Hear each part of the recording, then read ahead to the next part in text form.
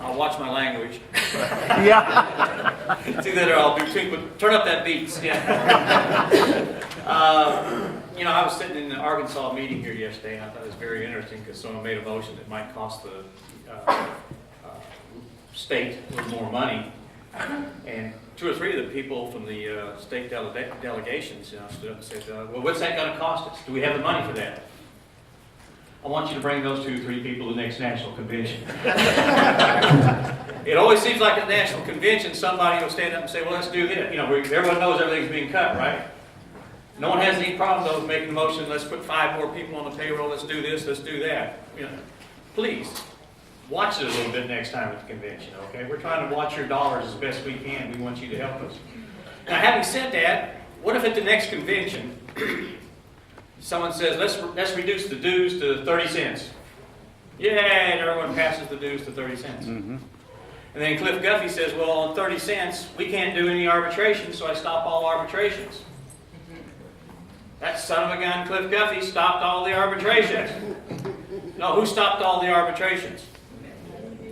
The members who voted to go to 30 cents. What's happened? Why is the Senate out there indignant with Donahoe right now? Why do we have people in the union still trying to call for his resignation? I don't like what he's doing, but what is he responding to? Let's face it. In 2006, the House and the Senate, controlled both by the Republicans at that time, screwed us. But the Democrats came back the next year. Did they change it back? No. No. So where are we at now? Now, the Senate did pass something last year, but did the House? And I read, you know, these articles now talking about, well, Donahoe should work with the Congress to get a bipartisan agreement. Now, how many of you think between the Senate and the House there's going to be a bipartisan agreement?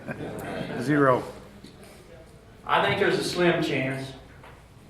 But if there's not, if it doesn't happen, what's he going to do? How many of you want to get paid in October this year? Huh? It'd be nice if the post office has money in October, November this year, wouldn't it? He has to make those type of plans. There's a lot of things, you know, there's so many things they're breaking our contract left and right, and we're going to fight them on it all the way and everything. But when it comes down to reality of what's happening, you know, we are going to have a big legislative effort. You'll get a letter at your home this next week and ask everyone just before the President's Conference and at the President's Conference on Monday. You know, we want everyone calling and emailing their congressmen so when the people who are in Washington get there, go over there, there'll already be a big response. We're going to be supporting, right now there's a bill, I think it's 316 in the Senate and 630 in the House, kind of a Bernie Sanders type bill, which will give back the post office a lot of the pre-funding money and do a lot of things and protect overnight statutes. The overnight statutes are what's important to us. I do not want to see 6-day delivery go away. But I don't want, you know, 6-day delivery saves the post office how much? $2 billion. At least $2 billion. Now, closing the plants is going to save them what? About a little less than $200 million now. If they can't do this, you know they're going to do this, right? Because no one's yelling about that. You have got to make sure your senators, Pryor and McCaskill and who's from Iowa? Harkin. You need to make sure they yell about that just as much as they do about 6-day. If they slow all the mail down by 2 or 3 days, and the mail that you should have got on Monday comes in on Wednesday, mail that you should get on Tuesday comes in on Thursday, what are you going to get on Saturday? The mail that should have been delivered on Thursday and Friday. You follow me? Is 6-day more important to the American public, or is having their mail delivered in 1 day? A lot of small businesses in this country, where I come from out there in Oklahoma, you know, how many of you pay your garbage bill electronically? We get our garbage bill every 3 months and we mail it and everything. They want that money turned around quick, don't they? All small businesses do. All big businesses do. Slowing down the mail deprives businesses in this country. And you have to make sure that your senators and congressmen understand that. That's as important, if not more important, than the 6th day.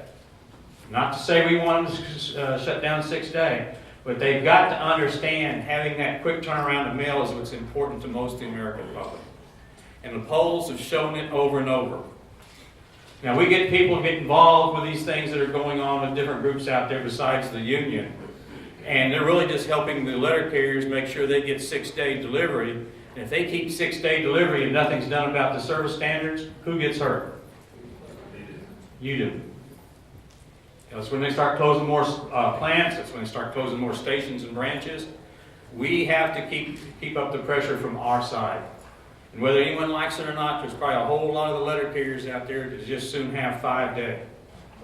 Because they want Saturday and Sunday off. I was reading a letter from Rolando's paper today talking to all his membership saying, give up. We're not going to let you have 5 days, 2 days off. It's kind of a strange comment from the union president. But I understand what's going on in the battle. My battle is for you. And I say this, like Bruce had said, it's a battle. We're in a class warfare right now. You got one side always yells about class warfare whenever they're trying to tax the wealthy.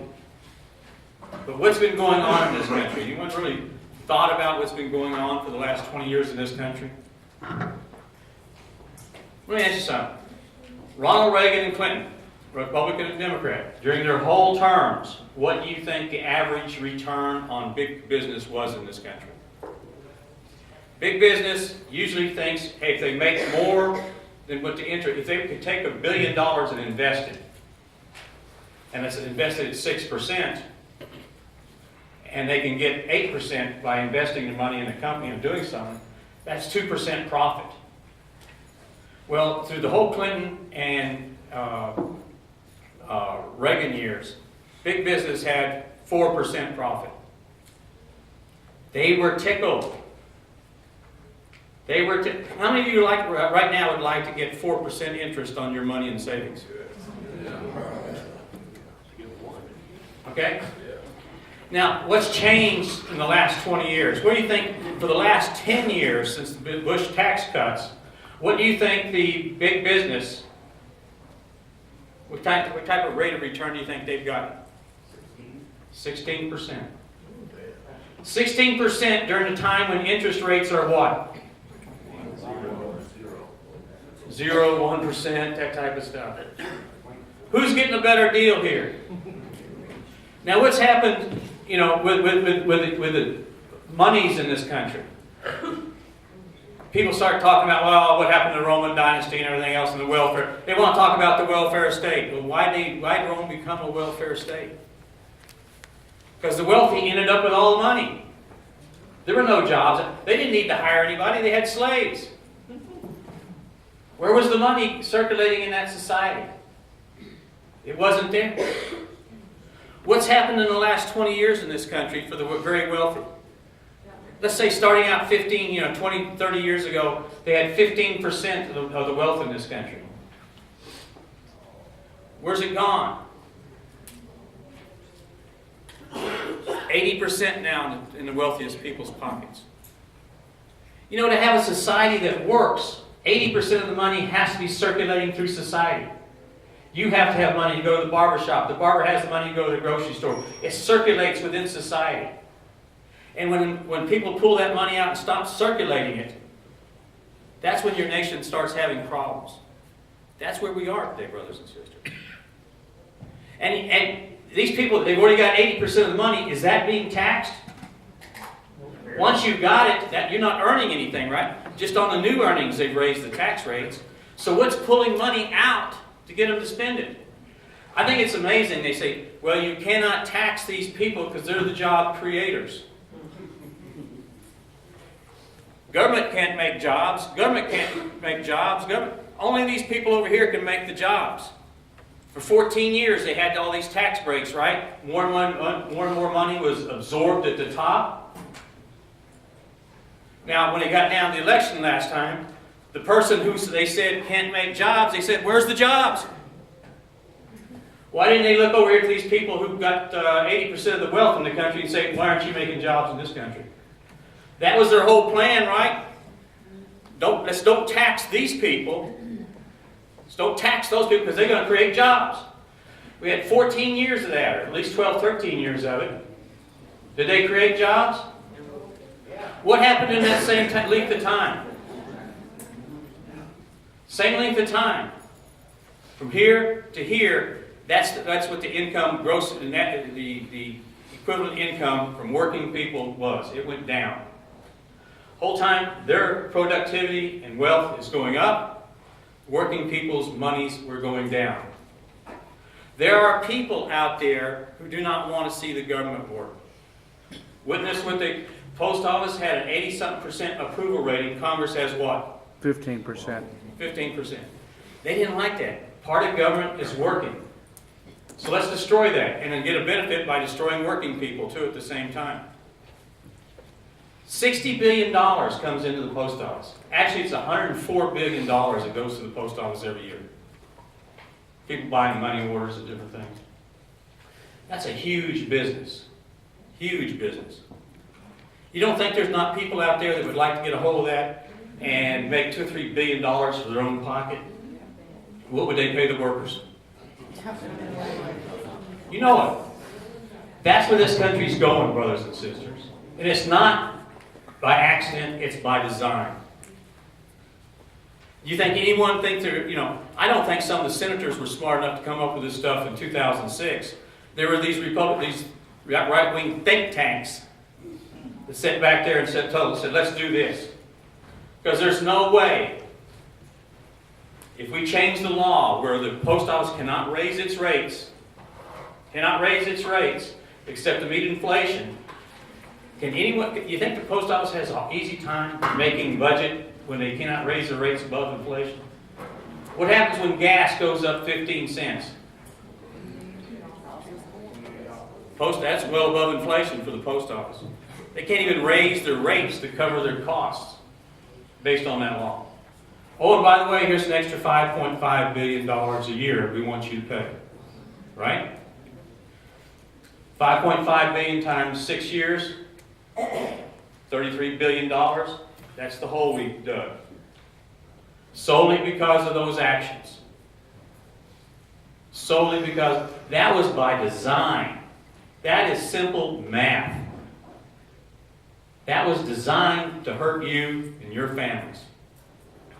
Now what about this sequester that's coming on? Who was the last person that balanced the budget in this country? Saw his name at the airport out here as I came in. And he passed a balanced budget and a surplus to the next president. Yep. What happened then? Dummy can.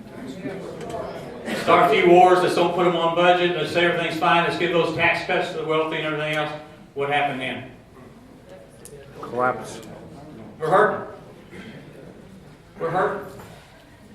Now, I keep saying, Obama's budget. Who passes a freaking budget in this country?